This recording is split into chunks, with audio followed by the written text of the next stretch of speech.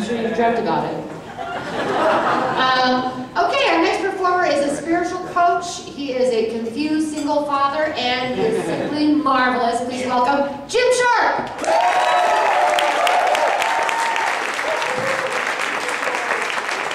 Thank you. Tonight's a big night for me. I'm coming out. I'm going to reveal something big about myself. I have a lot of friends here, and I'm very grateful that you're here. I wish my family could have been here. They chose not to. It's okay. So here we go. I'm mediocre. Come on, Jimmy, own it. I'm mediocre, man. Yeah.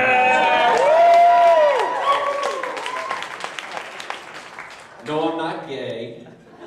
I don't even have that going for me.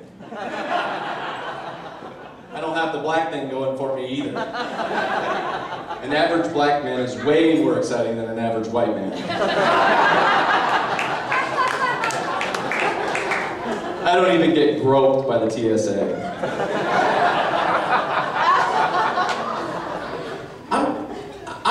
I'm pretty good at things. I'm just not great. So I'm not even a failure. I'm just average. And there's a ton of us average guys out there.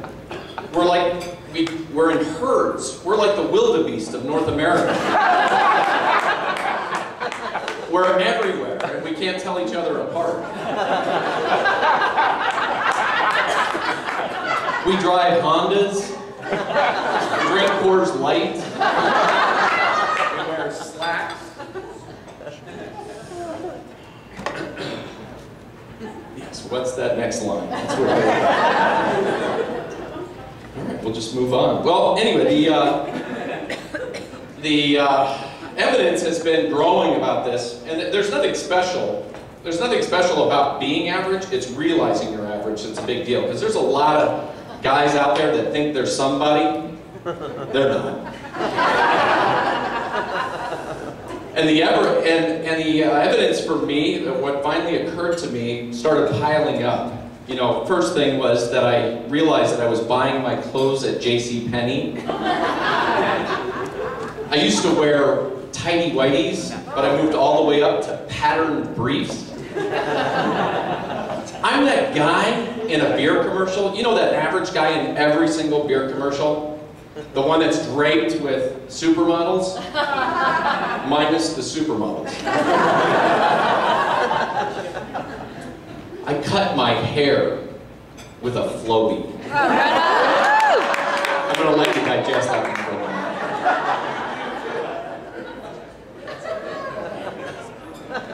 Yeah, it's that thing that you hook up to the vacuum cleaner from the 80s, and it sucks your hair and cuts your hair at the same time.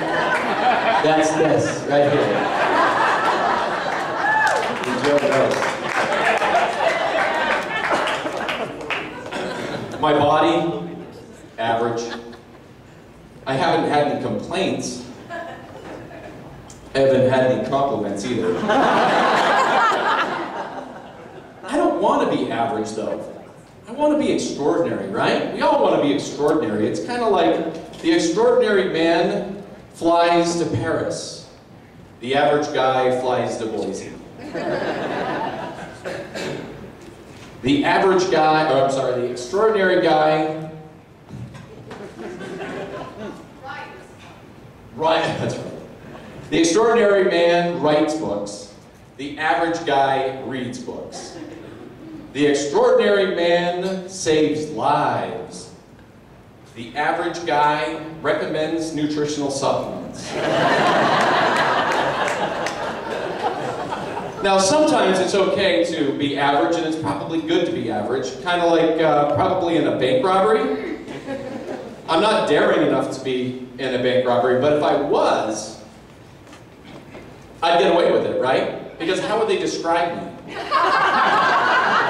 He's white, tidy hair, nice slacks,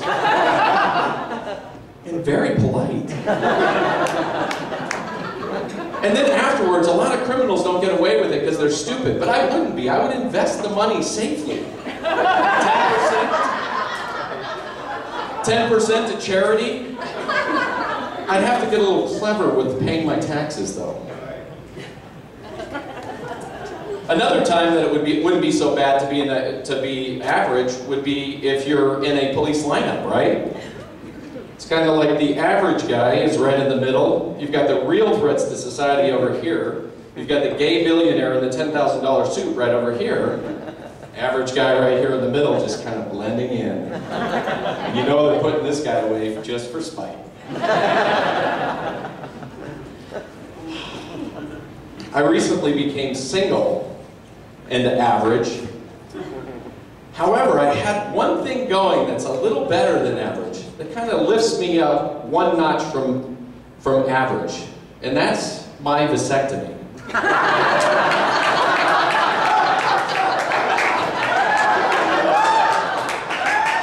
It's the strangest thing. The 30 set, they don't want anything to do with me because they still want children. I don't know about that. A lot of shaking heads. But the 40s, the women in their 40s, it's like an aphrodisiac. They say I'm a catch. Thank you.